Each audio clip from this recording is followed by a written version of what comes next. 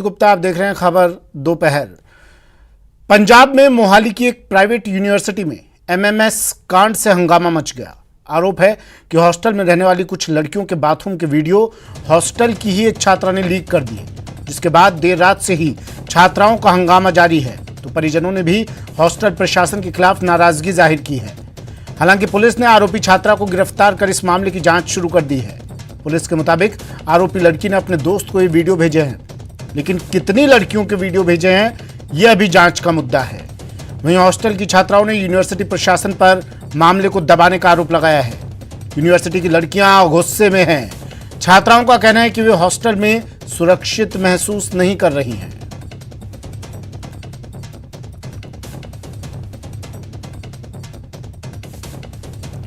Police अधिकारी के मुताबिक गलत सूचना और दुष्प्रचार के कारण मामला ज्यादा गंभीर हो गया। एसएसपी के मुताबिक इस मामले में एफआईआर दर्ज कर आरोपी छात्रा को गिरफ्तार कर लिया गया है। कि जो है वीडियो वायरल हुई है, हमने उस पर एफआईआर रजिस्टर करके ऑलरेडी इन्वेस्टिगेशन स्टार्ट कर दी है। अभी तक के नोटिस में हमारे ये आया कि एक गर्ल स्टूडेंट ने अपनी वीडियोस बना के अपने किसी फ्रेंड से शेयर की थी और किसी भी स्टूडेंट के बारे में ऐसी कोई बात सामने नहीं है। अभी यूनिवर्सिटी में माहौल कैसा है? यूनिवर्सिटी में अभी माहौल बिल्कुल पीसफुल है। हमारी तरफ से यहाँ पे इन्वेस्टिगेशन की जा रही है। हमारी तरफ से एक अक्यूज ऑलरेडी अरेस्ट किया जा चुका है और दूसरे के लिए हमारी पार्टी अपील कर दीजिए। कोई मेरी तरफ से एक अपील है कि र्यूमर से बिल्कुल विश्वास मत कीजिए। कल रात को एक र्यूमर आया था कि कुछ स्टूडेंट्स ने सुसाइड अटेम्प्ट किया है और शायद कोई डेथ भी हुई है।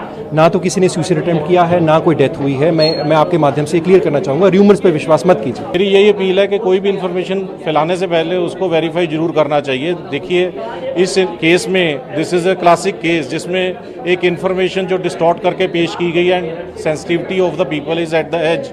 जो पेरेंट्स जिनको इतना मेंटल एगोनी या मेंटल उनको ट्रॉमा समझ में आ रहा है, जिनके बच्चे यहाँ पढ़ते हैं, this is all because of that miss information. मेरा यही अपील है कि कोई भी सोशल मीडिया या किसी भी चैनल पे कोई भी इन्फॉर्मेशन स्प्रेड करने से पहले उसको ड्यूली वेरीफाई करना चाहिए। जब ऐसे कुछ मैसेज सोशल मीडिया पे वायरल होते हैं गर्ल्स को लेके, हम अपना फर्ज निभाते हुए और हमारी एडमिनिस्ट्रेशन ने, हमारे दोनों ऑफिसर्स ने बड़ा अच्छा रिस्पॉन्ड दिया है कि मैडम गंभीरता से जांच की जा रही है। पर एक यूनिवर्सिटी से रिलेटेड, एक यूनिवर्सिटी की रेपुटेशन से रिलेटेड मैटर है। अभी कुछ भी इस मामले पे कहना मुश्किल है। जब तक इसकी गहराई से जांच नहीं होगी तो कोई भी कमेंट करना मेरे लिए भी मुश्किल। सबसे बड़ा अप्रीहेंशन ये है कि इसके पीछे तक की लिंक पे जाना पड़ेगा। वो उसको किसने बहकाया और उससे किसने ये काम कराया, और वो कोई गैंग है या कोई माफिया है जो फिर ऐसे एमएमएस का इस्तेमाल करते हैं और उनको वायरल करते हैं। और मुझे लगता है इसके डिटेलिंग में जाना बहुत ज़्यादा ज़रूरी है।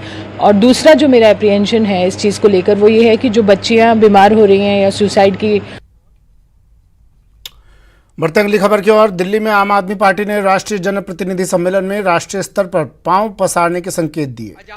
दिल्ली के सीएम अरविंद केजरीवाल की अगुवाई में हुए सम्मेलन में आम आदमी पार्टी ने भ्रष्टाचार के खिलाफ अपनी लड़ाई जारी रखने का भी ऐलान किया।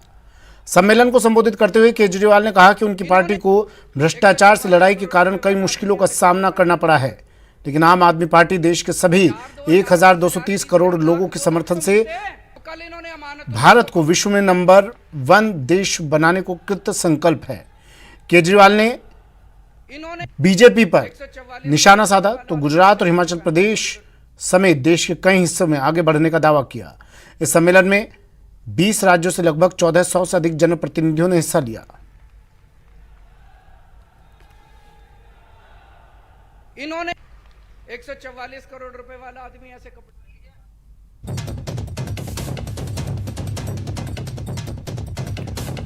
राष्ट्रीय जनप्रतिनिधि सम्मेलन, आम आदमी पार्टी और राष्ट्रीय स्तर पर पांव पसारने के संकेत पार्टी के।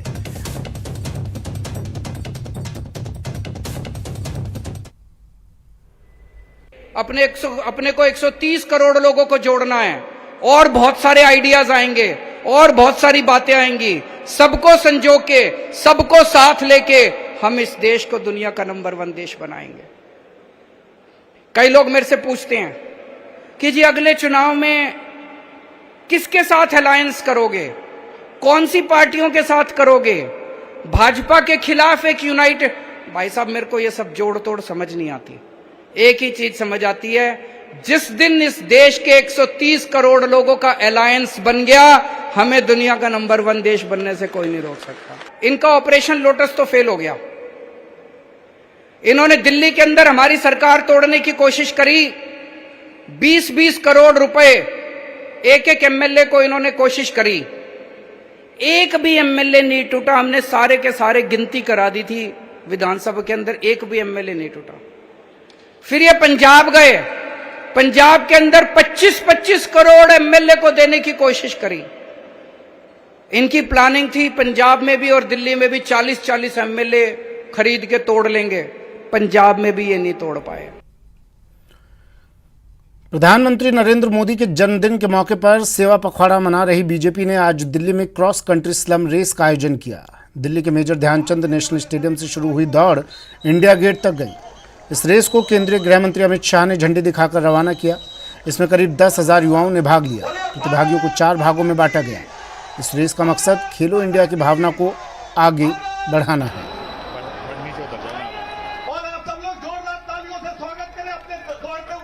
फिट इंडिया मूवमेंट जो प्रधानमंत्री आदरणीय नरेंद्र मोदी जी का एम्बिशियस प्रोजेक्ट है, उनका ड्रीम है, उसको साकार करने के लिए उनके जन्मदिन पर हम सेवा पखवाड़ा के अंतर्गत आज हमने प्रधानमंत्री Narendra Modi cross country slum run का आयोजन किया है और इसमें बड़ी संख्या में स्लम के रहने वाले बच्चे और युवा साथी बच्चियां पार्टिसिपेट किया है। और इस दौड़ का जो मुख्य उद्देश्य है कि खेलो इंडिया, फिट इंडिया और इसके साथ साथ खेल में हम लोग आगे बढ़ें, देश आगे बढ़े। बीजेपी नेता सोनाली फोगाट की मौत मामले की जांच कर रही सीबीआई ने गोवा के उस रिजॉर्ट में जाकर जांच पड़ताल शुरू की जहां सोनाली फोगाट को ड्रग्स देने का आरोप है, जिसके बाद फोगाट की मौत हो गई थी। सीबीआई और फॉरेंसिक की टीम गोवा के कार्डिज क्लब पहुंची और यहां विधिवत जांच पड़ताल की। सीबीआई की टीम शनिवार को ग्रैंड लियोनी रिसोर्ट भी पहुंची थी, जहां से टीम नए सिरे से उन कमरों से सबूत इकट्ठा कर रही है। यहां सोनाली, सुखविंदर और सुधीर रुके हुए थे।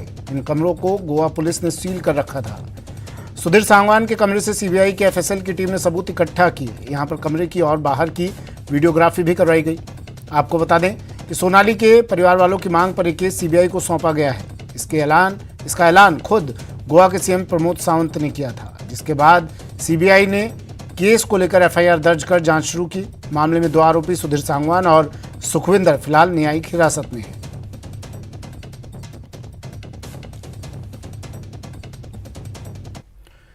जम्मू के सांबा सेक्टर में भारत पाकिस्तान अंतर्राष्ट्रीय सीमा पर एक बार फिर पाकिस्तानी ड्रोन के देखे जाने की खबर के बाद सनसनी फैल गई। मामला सारथी कला गांव का है, जहां इस ड्रोन को देखा गया है। इसके बाद सुरक्षा बलों ने सर्च ऑपरेशन शुरू कर दिया है। ये पहली बार नहीं है जब सांबा में पाकिस्तानी ड्रोन देखा गया हो। इससे पहले भी यहाँ कई बार ऐसा हो चुका है। पिछले महीने भी जम्मू कश्मीर के सांबा जिले में अंतर्राष्ट्रीय सीमा के पास एक ड्रोन नजर आया था, जिसके बाद सुरक्षा बलों ने घेराबंदी की और सघन तलाशी अभियान शुरू किया। रिपोर्ट के मुताबिक ये ड्रोन 300 मीटर की ऊंचाई पर देखा गया था। कल रात को हमें 7:30 बजे के आसपास इंफॉर्मेशन आई थी कि एक फ्लाइंग ऑब्जेक्ट जो है वो जजवाल और इगाल एरिया में देखा गया है, जो एक सॉटी लेके जो है टूवर्ड्स बॉर्डर चला गया है। उसको सीरियसली लेते हुए जो है हमारी टीमें जो है वरिष्ठ अधिकारियों से और सर्च ऑपरेशन चलाया गया और उसी के पैरेलल जो है एक इनपुट हमें जख एरिया का भी था ड्रोन के रिगार्डिंग। तो हम लोग आज सुबह जो है अर्ली इन द मॉर्निंग जो है आज हमने ये सर्च ऑपरेशन यहाँ चलाया, जो भी चल रहा है। प्रशासन के लाख प्रयासों के बावजूद सूबे में लंपी से गायों की मौत का सिलसिला बदस्तूर जारी है। रोजाना गायों के मरने की तस्वीरें सामने आ रही हैं। अब इनकी मौत की संख्या को लेकर भी विवाद शुरू हो गया है। पशुपालन विभाग के आंकड़ों में जहां महज 58,000 गौवंशों की मौत हुई है, तो वहीं वीडियो संघ और सरपंच संघ का दावा है कि सूबे में अब तक 7.5 लाख गौमाता काल का ग्रास बन चुकी हैं। इन दावों पर पेश है न्यूज़ 18 की ये खास रिपोर्ट।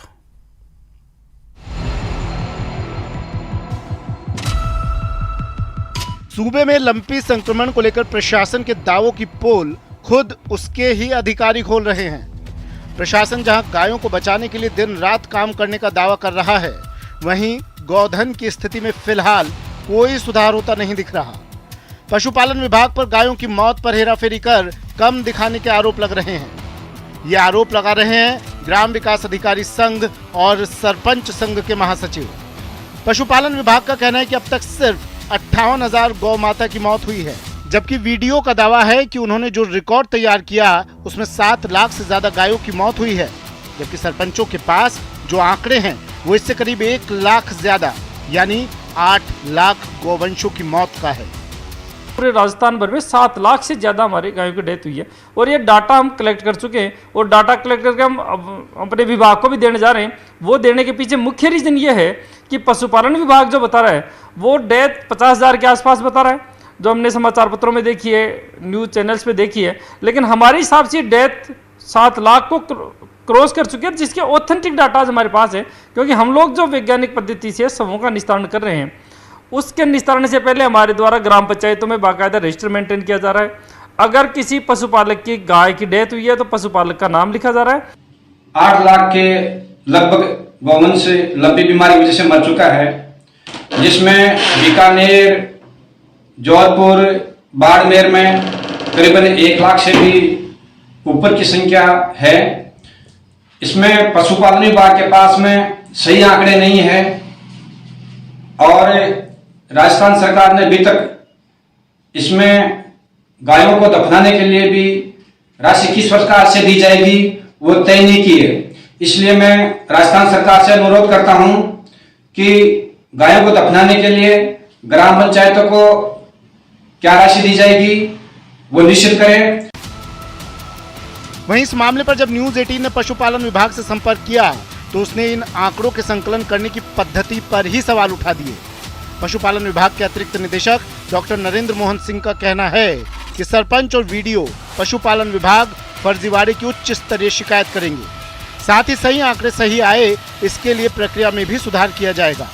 इसके साथ ही उन्होंने विभाग की लाचारी जताते हुए कहा कि विभाग के पास पर्याप्त स्टाफ नहीं है जिससे हर मरने वाली गाय की गिनती हो सके। आंकड़े लेने का मैं स्पष्ट रूप से नहीं कह पाऊंगा कि वो लिखित में लेता होगा, लिखित में सब होता नहीं लेता होगा, क्योंकि इस तरह के उनको निर्देश नहीं दिए गए थे कि आप ग्राम पंचायत से लिखित में लेंगे। तो इसमें कोई प्रक्रिया में सुधार करवाना पड़ेगा सरकार से बात करके हमें, कि या तो वो फ़ोटो लेवें। जैसे कल चित्तौड़ में बात हुई तो जिला परिषद वालों ने ये कहा कि भाई अब हर पशु की फ़ोटो लेने का तय करेंगे, तो फ़ोटो लेवे तो कम से कम ये प्रूव हो जाए कि भाई ये पशु था, इसकी ये लंपी से ग्रसित था। दावों और उनकी हकीकत जो भी हो, लेकिन सच ये है कि सूबे में लंपी से गायों की मौत पर राजनीति होने के साथ ही आंकड़ों में हेराफेरी लंपी को रोकने पर सरकार के दावों पर ही सवाल खड़े कर रही है। न्यूज 18 के लिए जयपुर से राकेश शर्मा की रिपोर्ट। ब्रेक के बाद स्वागत है आपका। बढ़ते हैं अगली खबर की ओर। वन फैमिली वन मेंबर परिवारवाद पर प्रहार के लिए कांग्रेस की उदयपुर बैठक में यही रणनीति बनी थी, लेकिन हकीकत क्या है? राजस्थान प्रदेश कांग्रेस मेंबर्स की लिस्ट तो कुछ और ही कहानी कह रही है, जिसमें परिवारवाद, वंशवाद का ही बोलबाला है। ये रिपोर्ट देखिए।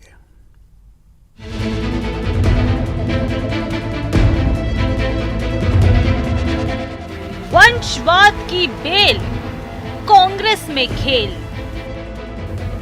अपनों पर करम, परिवारवाद शर्म। राजस्थान कांग्रेस में परिवारवाद।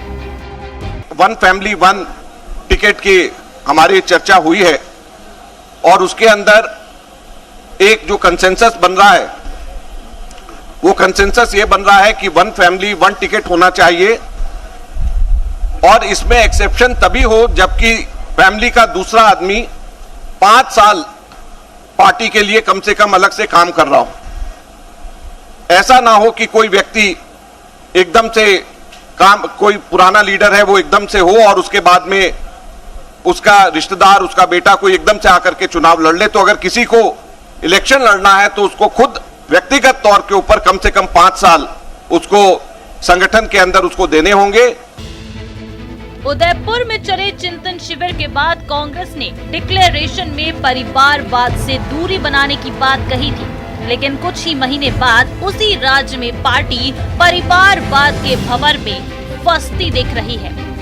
कांग्रेस अध्यक्ष के चुनाव से पहले विधानसभा स्तर पर 2 डेलीगेट्स बनाए जाने थे, जो पार्टी का नया अध्यक्ष चुनने के लिए वोट करेंगे। सीएम गहलोत समेत कई मंत्री और विधायक एक तो खुद ही पीसीसी के सदस्य बन गए और दूसरा अपने बेटे बेटी या पत्नी या किसी रिश्तेदार को डेलीगेट बनवा दिया। आप भी जरा नजर डालिए और समझिए कैसे कांग्रेस के कई नेताओं ने पीसीसी सदस्यों के जरिए अपनों की लॉन्चिंग भी की है। विधायक महेंद्र चौधरी और उनकी पत्नी सुनीता चौधरी बनी पीसीसी सदस्य। मंत्री मुरारीलाल मीणा और उनकी पत्नी सविता मीणा बनी पीसीसी सदस्य। विधायक दिव्या मदेरणा और लीला मदेरणा बनी पीसीसी सदस्य। सचिन पायलट और उनकी मां रमा पायलट भी बने पीसीसी सदस्य। विधायक दीपेंद्र सिंह और उनके बेटे बालेंदु सिंह भी पीसीसी सदस्य बने। बद्री जाखड़ और उनकी बेटी मुन्नी गोदारा भी बनी पीसीसी सदस्य। मंत्री लालचंद कटारिया की भाई की पत्नी रेखा कटारिया बनी पीसीसी सदस्य। विधायक मीना कंवर के पति उम्मेद सिंह बने पीसीसी के सदस्य। अब जरा उनके बारे में भी जान लीजिए जिन्होंने अपने बच्चों को पीसीसी सदस्य बनाकर राजनीति में लॉन्च किया है। विधायक नरेंद्र बुडानिया के बेटे अमित बुडानिया पीसीसी सदस्य बने। रघु शर्मा के बेटे सागर शर्मा बने पीसीसी सदस्य। बाबूलाल बैरवा के बेटे अवधेश बैरवा बने पीसीसी सदस्य। मंत्री राजेंद्र यादव के बेटे मधुर यादव भी पीसीसी सदस्य बने। निर्दलीय विधायक बाबूलाल नागर के बेटे विकास नागर पीसीसी सदस्य बने। मंत्री जाहिदा खान के पति जलिस खान और उनका बेटा बना पीसीसी सदस्य। गिरिजा व्यास के भाई गोपाल शर्मा भी बने पीसीसी के सदस्य। कांग्रेस में जो रीति नीति कानून बनता है वो सब मानते हैं, और यदि कोई नहीं मानता तो फिर ऑल इंडिया कांग्रेस कमेटी तय करती है कैसे मनवाना। तो Congress committee, all India Congress committee तय करेगी। परिवारवाद क्या होता है? पूरा भारत देश हमारा परिवार है, पूरा राजस्थान परिवार है।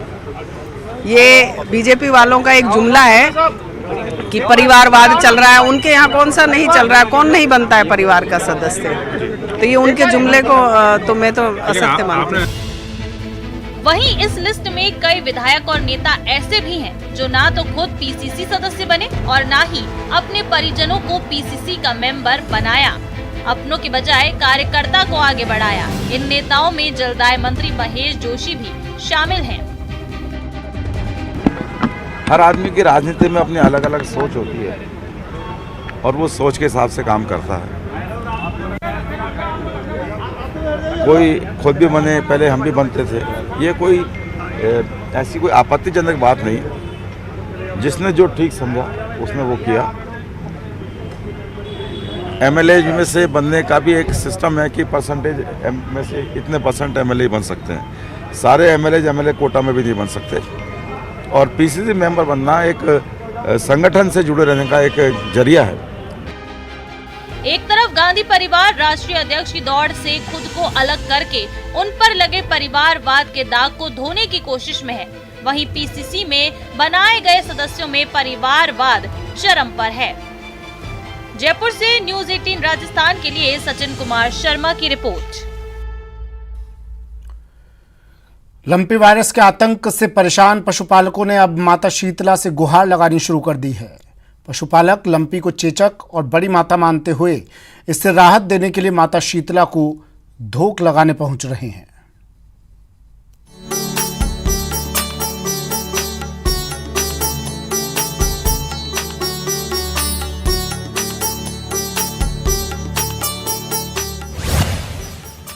लंपी का वार, माता से गुहार। गोपालक पहुंचे माता के द्वार। वायरस से करेंगी माता उद्धार। मदद करो हे शीतला माता। मंदिर में गोपालकों की भारी भीड़। शीतला माता के जयकारे से गूंजता मंदिर। लगातार मंदिर में चढ़ रहे प्रसाद और पकवान। ये नजारा है जयपुर के चाकसू स्थित शीतला माता मंदिर का, जिन्हें चेचक की माता भी कहा जाता है। लंपी वायरस को चेचक और बड़ी माता मानकर भारी संख्या में श्रद्धालु मंदिर पहुंच रहे हैं और ठंडे प्रसाद का भोग लगाकर माता से लंपी को भगाने की गुहार लगा रहे हैं। हम बहुत दूर से आए हैं इसका चरणामृत लेने, और जैसे गायों में यहाँ में माता मारी हुई है तो चरणामृत इस वजह से लेने आए हैं। तो चरणामृत लगाते ही भवानी ठीक करते हैं। गाय माताओं पे ये बीमारी हो रही है, इसलिए तो यहाँ रसोई कुआ पापड़ खिलाने राम जी ले जाके सफरा लगाएंगे माता जी का, बच्चे को फायदा होता है। मंदिर पहुंचने वाले श्रद्धालु माता को चढ़ने वाले चरणामृत को बोतलों में भरकर संक्रमित गायों के शरीर पर लगा रहे हैं, जिससे काफी फायदा मिल रहा है, जिससे प्रभावित होकर कोथून, बडली, माधो सिंहपुरा, गरुड़वासी, चाकसू सहित तामड़िया और आसपास के कई गांवों के लोग शीतला माता मंदिर पहुंच रहे हैं। पुजारी का कहना है कि शीतला माता के आशीर्वाद से उनका चरणामृत लंपी वायरस को हराने में कारगर साबित हो रहा है। ये जो वायरस चल रहा है, ये गौ माता की वायरस चल रहा है, तो यह माता जी को ठंडा भोग लगता है, दही राबड़ी पुआ वगैरह सब। इससे यहाँ आके माता को ठंडी चीज़ों से पूजने के बाद में जो इसका जो नीला के जो चरणामृत लेके जाते हैं, तो ये गायों के डॉक्टरों ने भी खूब प्रयास कर लिया, खूब उन्होंने जो जितनी भी उनके पास डॉक्टरों के पास जो थी वो सारा काम हो गया। उनके बाद में उनके फायदा नहीं हुआ। या माता जी को नहलाने के बाद में, इनके ठंडा भोजन चढ़ाने के बाद में यहाँ से जो चरणामृत सफराव जो लेके जाते नहला के, उनसे गौ माता के बहुत बहुत फायदा हुआ है। किसी ने सच ही कहा है, जहाँ विज्ञान हार जाता है वहाँ से ईश्वर का आशीर्वाद और प्रकृति अपना प्रभाव दिखाना शुरू कर देती है। लंपी से परेशान गोपालकों के लिए शीतला माता का आशीर्वाद कारगर साबित हो रहा है। महिमा जैन, न्यूज़ 18 जयपुर। चलिए बुलेटिन में फिलहाल इतना ही, दीजिए इजाजत, नमस्कार।